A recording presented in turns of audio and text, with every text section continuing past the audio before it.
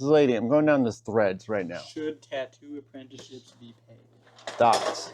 You're an apprentice. Yes. You're an apprentice. Here. Do it for the content. Oh, boy. Hold it however the fuck you want. So this lady said tattoo apprenticeships should be paid. Thoughts. And this one person said paid in knowledge and experience. Yeah. And what they learn, they can keep their pockets full and become a licensed tattooer. So this girl right here, I said that girl, this person, this girl, knowledge and experience doesn't hold as much weight nowadays. There's people teaching courses, TikTok tutorials, etc. I'd rather pay my apprenticeship. I'd rather pay my apprentice to actually work around the shop when they're not being taught, rather than fuck about and not have them in the studio because they're working somewhere else to pay bills. I'm talking like 100 quid a week here, nothing extravagant. How do you feel about that? Well, it's tough because it's not school, and it's not like we're in the fucking plumbers union and we're making meager wages, you know? Even a plumber's apprentice is still doing stuff, you know? I don't know. It is hard. I tend to feel like it depends on whether or not the mentor is exploiting the apprentice or not, because if it's a good shop, like here, I wasn't paid, right? But Chad always made sure that I was okay, you know? Right, yeah. Well, we'll make sure that you don't, like... Right, that and this is a good shop. A lot of people get sucked into apprenticeships at shitty shops that have no room for growth, and the people don't really know what to talk about in the first place. And then they're just wasting their fucking time and just, you know, working for free. Yeah, this one shop had an apprentice for like 5 or 6 years. Yeah, see, that guy was getting ripped off. I was like, Jesus. He could have just been lazy and not actually working, but well, it could be chances are that guy was being taken advantage of. Yeah, the owner did have, he wasn't like a complete take advantage of her, but I had heard some stories. He leaned that way. He would squeeze a little bit more out of you if he could. I was thinking the point of you being there is to work. Remember when I first started coming back around? Yeah. And I told you you need to, if you're going to learn something from somebody that's you're going to take with you for the rest of your life, from somebody who knows shit, you need to alleviate that time. The least you can do is fucking like help them with the trash. Yeah, help them with the trash. You need to make it so that you open up their time so they can teach you. Yeah. But you're also being nice and giving them a boost and helping them out and just being like, hey, let me do that for you. Like, so, you know, with apprenticeship, especially with the history of tattooing and how it's been, the point is to come into work. Mm-hmm. I was telling this girl, I left a comment at the bottom, I was like, if the apprentices are not working without getting paid, then why are they there? Yeah. Like you're paying to teach. You're not contractually obligated to be here. No. And it's not quite school, and you know, where you pay to go to school, and then the teacher who's teaching you is getting paid to teach you. Nobody's getting paid to help me out. It's work. It is work, and nobody has an obligation to help me. There's no incentive for Nick to help me. It's actually an anti-incentive because you become competition. Yeah, exactly. If anything, now suddenly I'm here to scoop up, you know, clients that come in the door. Well, yeah. Well, now you're competing with Jesse. Right. Jesse has to compete with you.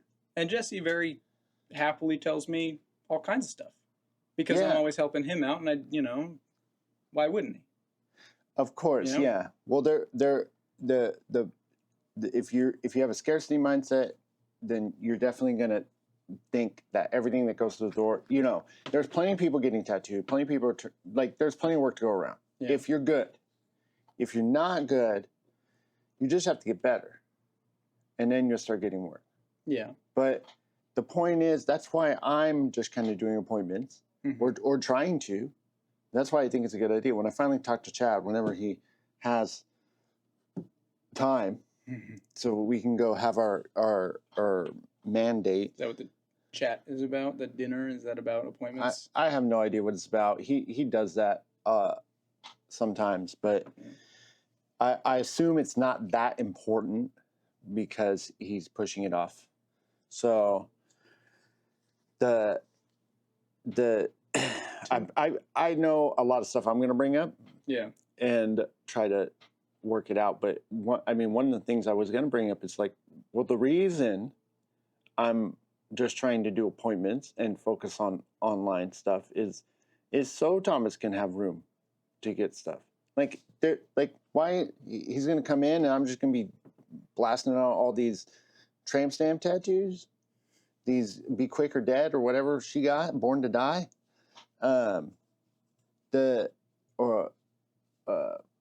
The schizophrenic guy who's talking to himself on the couch, and he wanted the Virgo symbols and shit like that. Are a lot to begin with, yeah. Huh? So yeah, walk-ins are a lot sometimes. Well, but they're money. Yeah, they're right. Money. That's how I made all my money and built up all my clientele through walk-ins. And I desperately needed the 3 walk-ins that came in yesterday. Exactly. That's extra money in your pocket, even though you're probably on 50-50, which is the apprentice wage typically. Yeah, I am. Yeah. That's still what, $50 a pop at least. $150 plus whatever they choose to tip if they do. Exactly. Yeah, so you get 75 a pop. So in 30 minutes, except for that back piece that took you a while, in 30 minutes you made $75. Yeah. Each. And it really helps because I haven't done a walk-in, in probably 2 weeks, 2 weeks and a half. Well, yeah. Well, I noticed that you go and you get yourself something to eat more often. And you buy things more often. You're like, oh, I got a little bit of money to play with. Which is normal. That's completely normal. You're now all that hard work. Do you feel like all that shit is paid off? The slaving away, the unpaid, not being paid as an apprentice, and being yeah, absolutely. Because I feel like I'm lucky enough to be in a good place where Chad and you and Nick have made sure that I am competent. That all the tattoos I've done from the start up to where I am are pretty much set up to be good ones. I mean, it's cool, and I don't have to pay for it, I mean, some people, to learn how to do what they want to do, they pay $100,000, and they pay that off into adulthood, Yeah. Yeah, most doctors don't even start making money until they're like 40. Or they sign contracts with the union and slowly have to make real money and work at minuscule wages anyway. I make more than my friend Cameron who's I think he's a plumber, an electrician, but he's an apprentice there, and he gets paid, but he gets paid what you'd make at like McDonald's for a long time. So me having a morning job is no big deal. Okay, yeah. Well, you had to use it to survive, but at a certain point, there's going to be a click point. Yeah. Where you're like, you know what? I'm done fucking grilling fucking sausages in the back of a coffee shop. That and when I really needed to make money, I came in late every single day. Chad was willing to work with me in the actual work schedule that I needed to keep to survive, and to just be here when I can be. And since moving across the bay, I've been able to be here pretty much open and close, which is grueling but necessary. Yeah. Makes me feel like I've earned it more anyway. That's true. Yeah. Well, it's the same thing. Like I was telling you, I had to be in 9 to midnight for when I was apprenticing for Steve. Yeah, fuck that. And then when I was apprenticing for Rudy, that one was the guy who was working out of his house, and I quit after like a month. He would just call me. He's like, "Come over, I need help." And I was like on fucking fly. That one was a little weird. I feel like if the apprentice is paid, what kind of respect will you gain with the people that are all expected to just kind of let you into their home? Like if Chad paid me to be here, do you think that you or Nick or Jesse would feel as welcoming about me? I feel like the fact that I'm struggling so much and, working so hard to be here is helping everybody also help me and give them their little secrets and their tricks and tips and, help me draw when I need help. Yeah. There's a martial arts aspect to that because you can't buy your belts. Right. If somebody were to just get paid, if there was another person here, a new apprentice, and they got paid to be here, and they can already survive on that, Yeah. then what's the, figure it out. Yeah, I don't understand what You're already not losing anything. Right. Yeah. What else are you doing? So you can play Fortnite. So you have time to play Fortnite and work at Domino's, and it sucks. I did the same shit. I didn't have any fucking free time. You have more free time than I did when I was apprenticing. I had none. I literally just ate, slept, and drank. The level of hazing and the level of work you had to do for the payoff, from what you've told me, doesn't sound like it was worth it. Sounds ridiculous. There were some ridiculous aspects, but the thing is about an apprenticeship too. One of the vital aspects of you're not working because I need you to do this. Yeah. I can do all of this shit. I don't need you to break me down. Yeah. I don't need you to set me up. Why? I have to teach you. It's more work to fit. Right. I have to come in and be like, no, not like that. No, not like that. It's not for me. Right. It's for you. Yeah. So you can see how everyone's set up. Right. And how everyone breaks down and how everyone sets up and all the different tools. We're all different. Yeah. Chad's different, Nick's different, I'm different. All of our setups are like different. Chad, how you break Chad down and set Chad up is way different than how you set me up. Yeah. It's way different. But now you've done it. I did the same thing with Steve. I set him up so many times. I set him up so many times for piercings and I set him up so many times for tattoos. But by the time I was ready to do it myself, I already knew what to do. Muscle memory, yeah. I just did it. It's already natural. You don't look uncomfortable or weird. I watched him pierce so many times. I watched him do all this shit so many times that by the time he never taught me how to pierce. I just knew what to do because I watched him so many times. Yeah. And with tattooing, same thing. Tattooing's a little different because there's a lot of tactileness to it. But you do it because it's for you. Like you work because it's for you. The work is for you. When the thing that I learned when I apprenticed, where it started, is how to run the shop. And so Steve didn't have to do a thing. Yeah. And it wasn't so Steve didn't have to do anything. It's not like it's that hard, but I learned a schedule.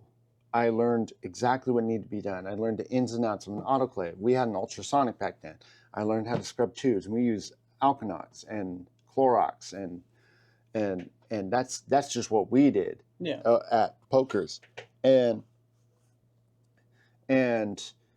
maintaining the trash and when the schedules were. And then you just develop a system, a method, a way of living just by doing it. I knew how to run a shop by the time I had left the apprenticeship. Yeah, exactly. And that's when someone else picked me up. They're like, hey, you know how to run a shop? They're like, do it for us. And then we'll just let you rip tattooing. Yeah, it makes you irreplaceable.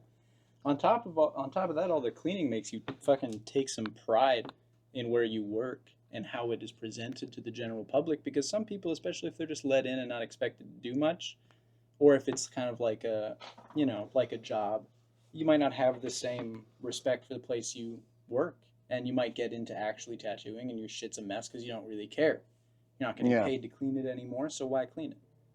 Exactly. Yeah. So. And we all take care of everything. This place runs like a unit. It's like a little pirate ship. I was like, it's not really like, this is like a pirate ship. This is like a crew.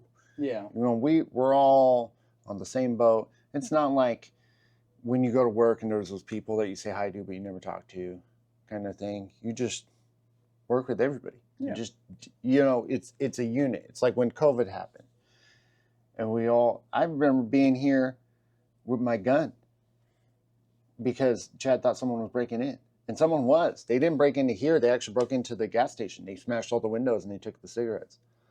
But they were peeping in the window, like the alarm went off. They had done something to the door. Yeah, they had done something to the door that had triggered the alarm, and the camera started flaring up. And I showed up with a bat and a couple other weapons, and we were just standing there. And I mean, you know how far away he lived? He got there before you did. Yeah. And he ended up chasing the guy all around fucking Concord, like freaking him out. like because they had broke into the liquor store and he caught him and he was just chasing them in this big old Tundra. Brrr, and you know, Chad the Punisher. yeah. Say, you know, that's the last guy I want fucking to be on his bad side. Anyone who owns a tattoo shop is fucking crazy, dude. You never want to be on their bad side. Maybe he doesn't know what the Instagram login is. Maybe he doesn't know how. Maybe he spends too many fucking reels that are dumb. But man, you do not want to be on the wrong end of the barrel of that guy when he's got the Holy Ghost running through him. All right, I'm done. Okay. This is good.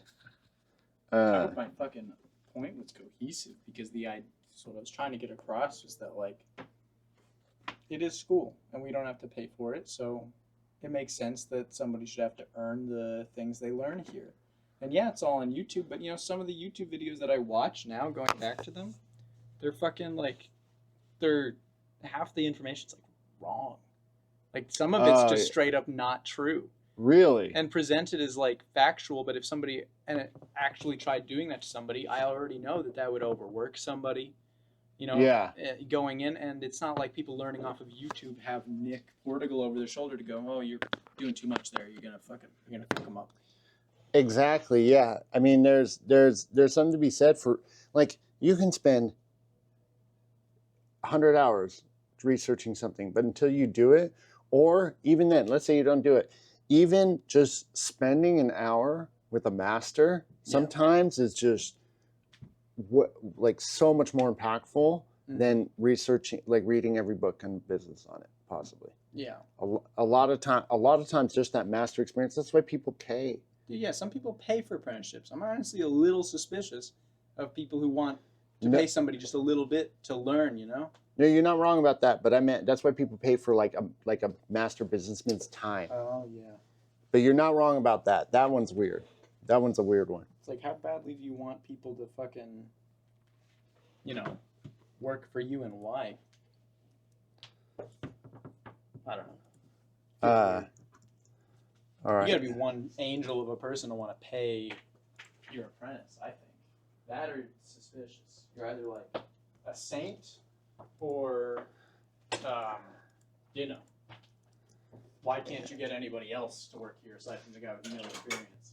It would be like, especially with the level of competition in the world, it's like you're going to pay somebody. What about, like, I'll do it for free if I wanted to learn. It's like, oh, you're going to pay that person? I'll do it for free. And I'll do it with a smile on my face.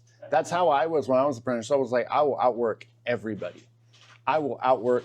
I wasn't the best. I'm not the best artist. I'm not the best tattooer. Yeah. I'm not the best, most talented. But if I just put in more time than everyone else, you can't control that. Everyone's got the same amount of hours. Yeah. And that's what happened. I just put in way more time. Put in over 15 hours a day at that shop. Yeah. And apprenticeships are hard as fuck to get, too. And they're hard to get. One. And now that I know about the other shops in this area, I know how easy it would have been to have been an apprentice at somewhere dog shit. Yeah. I could have just stumbled into somewhere. Cause what the fuck do I know about tattoos? Exactly. At the time. Exactly. Not enough. Yeah, that was my problem too because I was taking whatever I can get, but then I was like, none of these fools know how to teach. They either are not as experienced as they're saying. Everyone has got to sell their brand, right? And they all say that they're the shit. You know, everyone's got that good.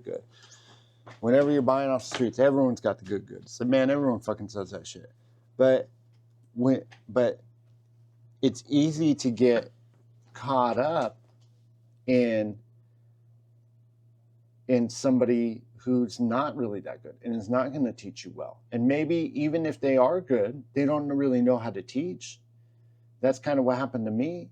Yeah. Like I still had to piece a lot together on my own because how my mentor translated information was not great.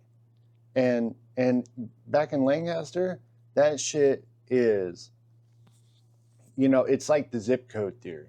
Yeah. You ever hear about that? No. That the best way to predict future success, it's not race, gender, sexual orientation, none of that things. It's your zip code.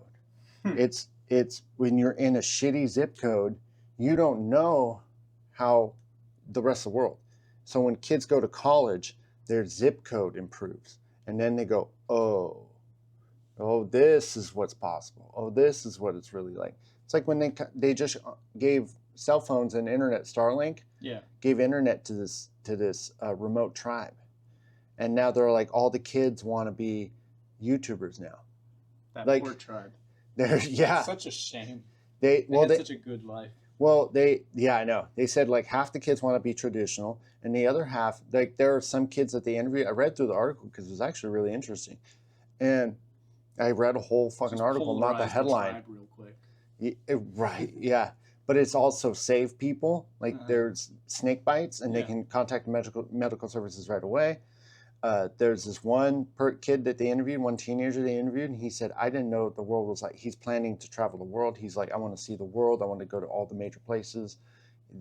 People are teaching themselves, educating themselves through the internet and all that kind of stuff. Yeah. So, yeah, but how the article started is all hooked on porn. Oh, yeah, that makes sense. But yeah, dude, tattooing isn't like learning to code, It's not like, you can't really learn it with command prompt in a YouTube video, and then immediately go into the workforce and have those skills. Yeah, and expect to be, You need to work in a shop. Well, it's like when you go to college too. Like there was a big push. This is that person's. I don't think apprentices should be paid, but I feel like mentors should make sure that the apprentice is like doing okay, Because if Chad wasn't so obviously concerned for my well-being and semi-regularly making sure and asking if like, how's my job? Am I making rent? Is everything going okay? You got a blackout sleeve. That's cool. If you're being treated like dirt, I don't think that's necessary today, but you can find a better place to be where people fucking treat you like a human being. But at the same time, there should still be, I don't see any reason you should be paid. It's just sweeping the fucking floor and hanging out. It's not like you're fucking sewing shoes together in the back. Right, yeah. And then and the stuff that wasn't tattoo related, like helping Chad fucking build his race car, that I know it had nothing to do with tattooing, but that was just kind of fun and I wanted to help him out. That was just relationship building with Chad. Absolutely. That's a good way to look at it. I mean, I bust his chops for it, but it's like, you're still part of it. You're still in it. Yeah. And that's really what Chad likes to see. All right. That's it. I think that's good. Fuck yeah. Let's just get to work. Yeah. Marky's outside.